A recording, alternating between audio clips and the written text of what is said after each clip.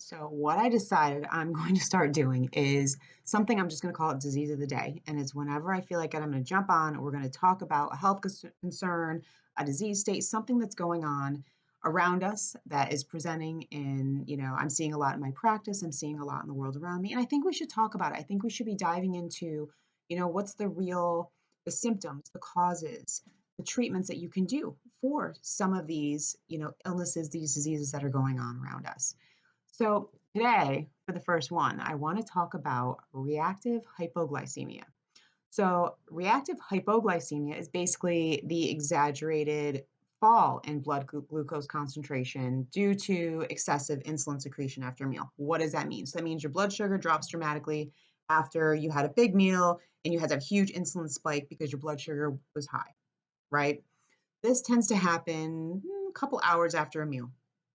And it can be caused by some factors, primarily insulin resistance is going to cause this. So, you're going to notice this if you're having some problems regulating your sugar. Also shows up spontaneously for some people with no rhyme or reason. It just starts showing up that they're having this problem. It also shows up with some metabolic and endocrine abnormalities. Like if you have hypothyroidism, for example, this is something that is very common to show up.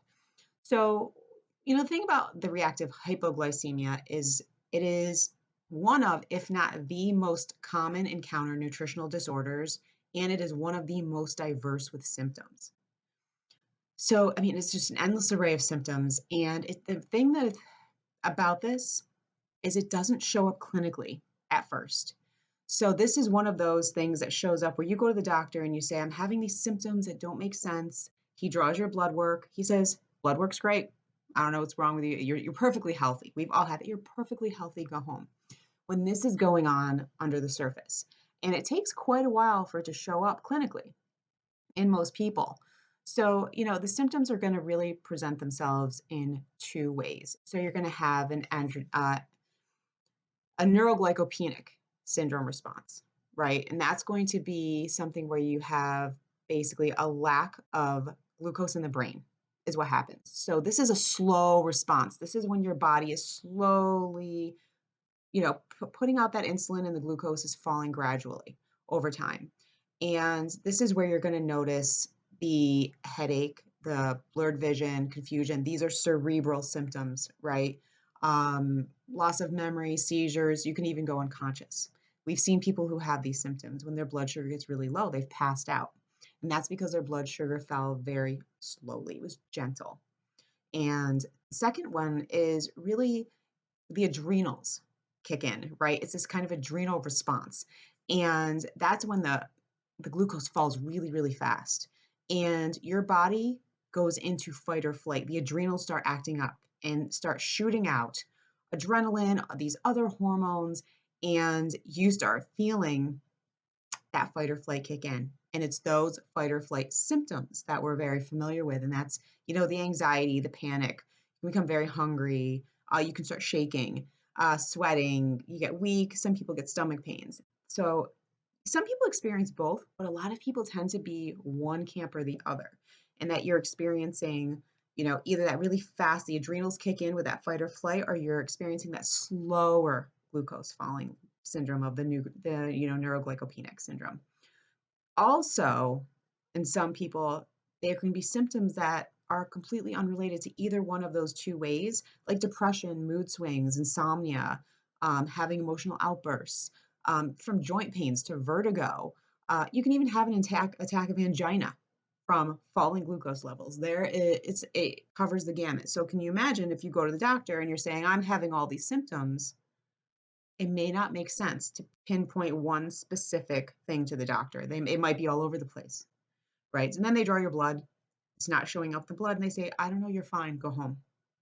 This is where this shows up, and it's very, very common. What's the cause? Pretty simple, an excessive consumption of refined sugars and simple carbs. That's what causes this, which is very common in the American diet, right? So, basically what happens is you eat a meal or you have some sweets, something that is very, very simple sugars, simple carbs. Your body immediately has, glucose goes up into the bloodstream, insulin shoots out, it's got to try to bring that glucose level back down. But the pancreas sometimes overshoots, right? The pancreas sees all this happening and it shoots out a little too much insulin. And it really exaggerates the need in your body. That's when this happens. So it put out too much insulin. So now all of a sudden your blood glucose goes too low. And what happens is when this continues to happen over time, so you keep eating those foods that are refined carbs and sugars, that this keeps happening. And your body starts overshooting and overshooting, and it leads to elevated insulin levels continually, really. It's going to elevate your cortisol levels, which is going to be, increased fat around the belly. Other hormones also start, getting a little bit out of whack from this. And what happens with that is then it reduces the capacity to really control those glucose levels in the body anymore. So that's when, after a while of this happening, that's where you start noticing the fasting blood glucose is off.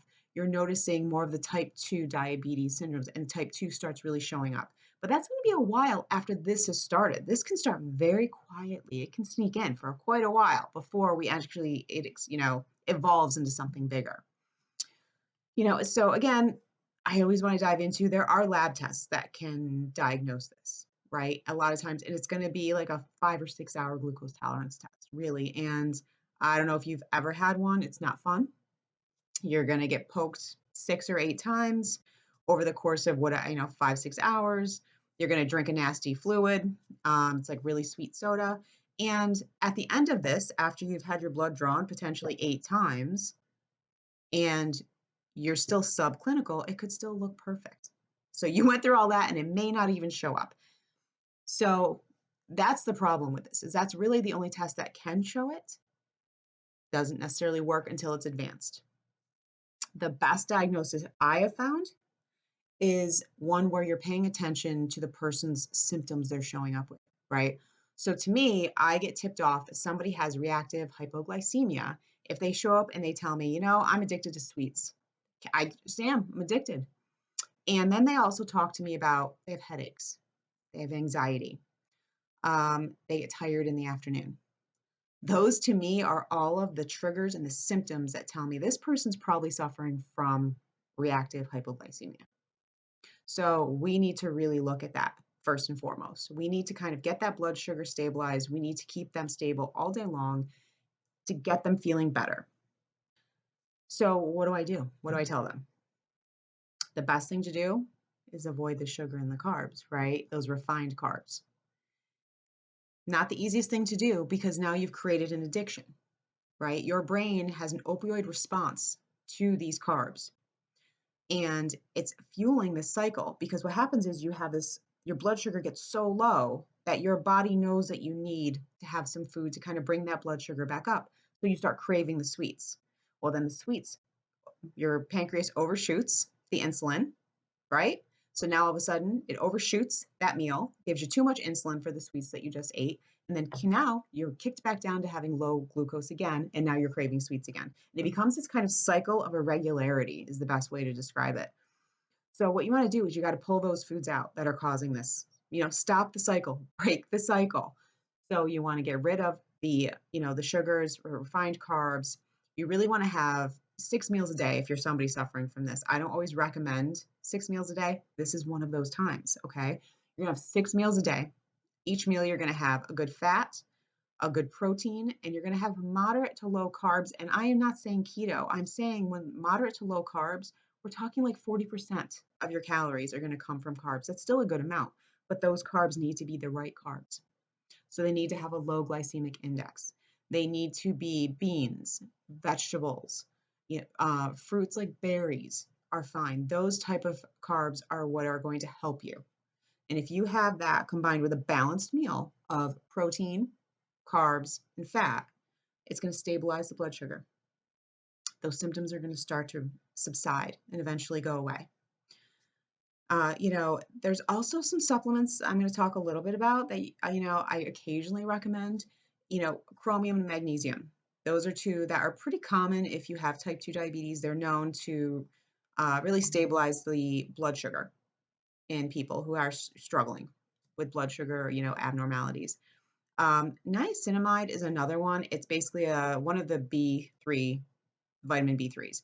There's two forms. And so this one is the one I recommend because sometimes some people like me, I actually break out in a rash. I get very hot and this kind of heat flush if I have the other form of vitamin B3.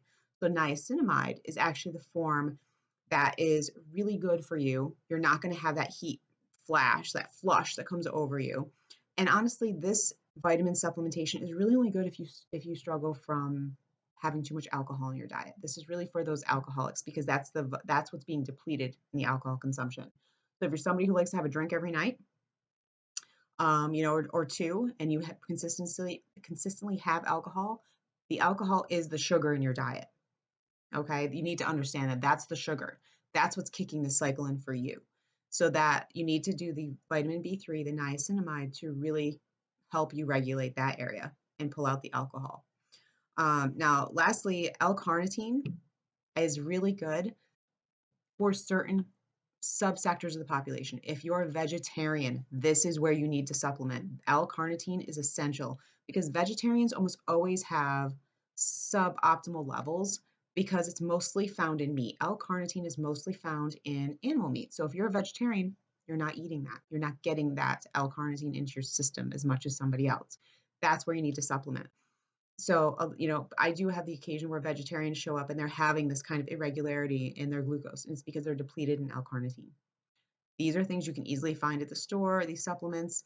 It's pretty common, but first and foremost, it's going to be that diet, right?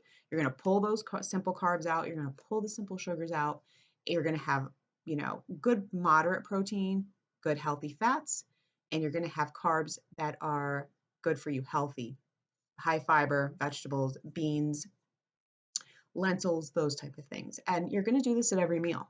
And you're going to do 6 meals a day that are balanced. And it's the best way to control this. So if you're somebody, you want to have a deeper discussion about this, you realize, I think I'm suffering from this, and you want to learn a little bit more about, natural, nutritional, and holistic healthcare and how simple tweaks like this, simple tweaks in your nutrition can make a huge effect in how you feel overall in your health, then reach out. I'll put the information how to reach out to have a conversation with me in, the discussion box. And thanks for listening. Have a great day.